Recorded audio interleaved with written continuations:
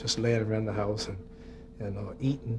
But I have to start training about another week because this second time I'm gonna really be ready. Norton is gonna have to really watch out.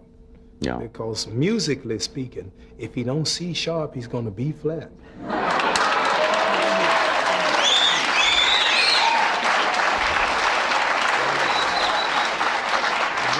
To think that's been inside you for 4 weeks with your jaws wired shut and you couldn't get that one out.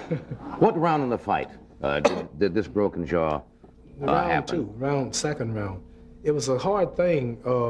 That's incredible, and that you could even stay in a ring and have somebody hit you in the face with a broken jaw. I mean, that's just incredible. If I did knock him out, I realized at that point, I didn't know if it was broken or not, but my whole system was off, and it's a bad feeling. I mean, just to move your mouth, something just broke.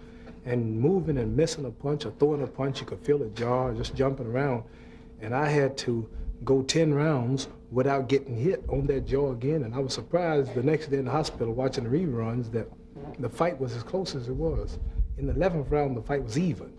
And the man who won the 12th round would win it. So he came out slugging. So for me to win the 12th round, I would have to stand there toe-to-toe, knowing I might catch a couple on the broke jaw. So my main objective was to retreat and just let the fight end. But with 18,000 people in the place and been seen in 40-something countries live and everybody on home television in America on the wide world of sports just quit, I couldn't dream of it. But I'm lucky and thankful that I didn't really get hurt seriously. Now, what could have happened if he would have really, I mean, how bad could that have gone if you'd have fought and he'd have caught you several times? When the jaws usually broke, it's both sides around the same point, but for some unusual reason, just this side was broken, not this one.